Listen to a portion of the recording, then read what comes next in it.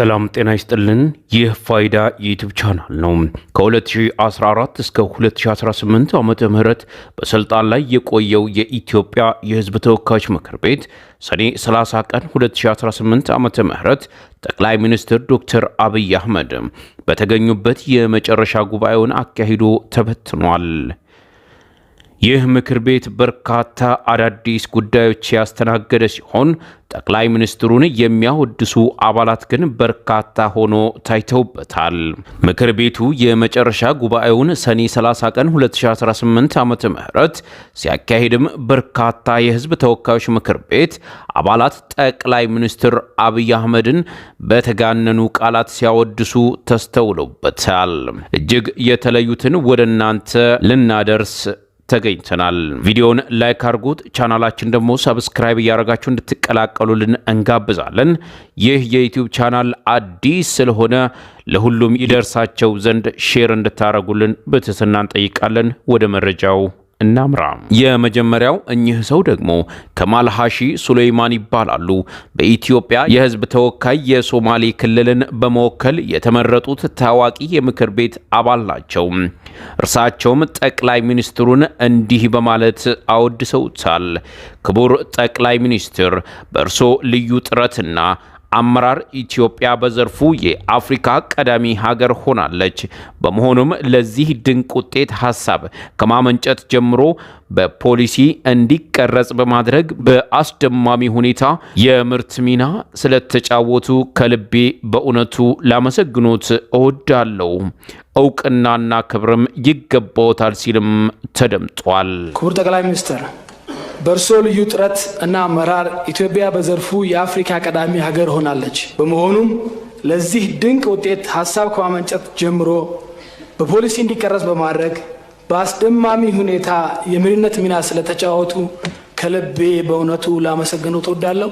እውቅናና ክብርም ይገባዎታል። ወደ ሁለተኛውና እጅግ አዝናኙ አድናቆት እንለፍ። መሐመድ አህመድ ቆጴ ከተባሉ የህዝብ ተወካዮች ምክር ቤት የተሰነዘረው አድናቆት ነው። ይሄኛው ደግሞ መሐመድ አህመድ ቆጴ በህዝብ ተወካዮች ምክር ቤት ውስጥ የኦሮሚያ ክልልን በተለይም ደግሞ የምስራቅ ሐረርጌ ዞንን ወክለው የተመረጡ አባል ሲሆኑ ለጠቅላይ ሚኒስትሩም ተነስታችሁ አጨብጭቡ በማለት የመጨረሻውን ጉባኤ አይረሴ አድርገውታል።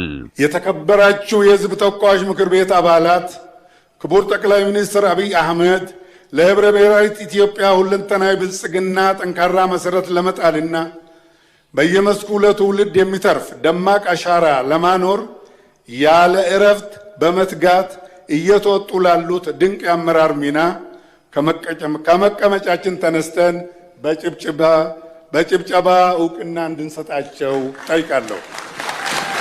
በወከለን ህዝብ ስም ለክቡርነቱ ያለንን የላቀ ምስጋና ከታላቅ አድናቆትና አክብሮት ጋር እየገለጽኩ ረጅም ዕድሜና ጤናን እመኝልዎታለሁ። ባዬ ገለቶማ ፈያፊ ኡምሪ ዴራ አርገዳ ኑፍ ጅራዳ ለማለትም እወዳለሁ። በቀጣይም የምወዶት የኢትዮጵያ ህዝብ በእርሶ ላይ ታላቅ ተስፋን ጥሏልና ከጎኖም በቁርጠኝነት ተሰልፏልና መጪው ጊዜ ለውዷና ውቢቷ ኢትዮጵያ ያለዎት ራዕይ እውን ሆኖ አገራችን የአፍሪካ ተምሳሌት የምትሆንበት የላቀ የስኬት ዘመን እንደሚሆን እርግጠኞች ነን። ወደ ሶስተኛውና እጅግ አስቂኝ አድናቆት ዶክተር እሸተ ተመስገን ከተባሉ የምክር ቤት አባል የተሰማው አድናቆት ነው። የወላይታ አካባቢን በመወከል የተወካዮች ምክር ቤት አባል የሆኑት ዶክተር እሸተ ተመስገን በምክር ቤቱ የመጨረሻ ጉባኤ ላይ የጠቅላይ ሚኒስትሩን ስራዎች የእግዜር ጣት ያሉበት መለኮታዊ ጣልቃ ገብነትን የታየበት በማለት አወድሰውታል ሲሉም ሰክሰውናል። በእርሶ ሳይንሳዊ አቀራረብ በእውቀት በፈጠራ የሀገር ግንባታን በተቀናጀ እይታ የሚመራ አመራር በመላ ሀገሪቱ እየተገበረ ያለው የኮሪዶር ፕሮግራም በከተሞች ልማት ታሪክ ውስጥ ለውጥ ፈጣሪ አዲስ የኢትዮጵያዊ ፍልስፍና እይታና እርምጃ መሆኑን ብዙዎች ይመሰክራሉ። በእውነት በዚህ አጭር ጊዜ የእርሶ ቪዥን፣ የእርሶ አፈጻጸም፣ የእርሶ ማበረታታት ነውና እሱ ብቻ ሳይሆን የእግዚአብሔር ጣትም የሚሉት አለ፣ ዲቫይን ኢንተርቬንሽን። ይሄ በታሪክ ታይቶ አይታወቅም። within 3-4 years እንዲህ አይነት ለውጦች መምጣታቸው አዲስ አበባን ጨምሮ በሁሉም የኢትዮጵያ ከተሞች እየተካሄደ ያለው የኮሪዶር ልማት ስራ ለብዙ አፍሪካ ሀገራት አዲስ መማሪያ ኒው ቤንችማርክ መሆን የሚችል አፈጻጸም መሆኑን አፍሪካውያን ወንድሞቻችን እህቶቻችንና ዓለም እየመሰከረ ይገኛል። ውድ ቤተሰቦቻችን እንግዲህ በዛሬው ዝግጅታችን ላይ የተመለከታችኋቸውን አይነት ዝግጅቶች ለናንተ ለውድ ቤተሰቦቻችን በዚህ መልኩ አቅርበንላችኋል። እንግዲህ ቪዲዮ ከተመቻችሁ ላይክ አድርጉት። እንዲሁም ደግሞ የተለያዩ አዝናኝና ውብ የሆኑ መረጃዎች እንዲደርሳችሁ ደግሞ ሰብስክራይብ ያደርጋችሁ ቻናላችንን እንድትቀላቀሉልን እንጋብዛለን።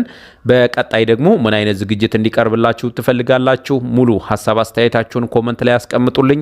በሌላ በውብና በድንቅ ፕሮግራም እስከምንገናኝ ሰላም ሁኑ። ሊቸር ሰንብቱልኝ። ይህ ፋይዳ ቲዩብ ነው። እናመሰግናለን።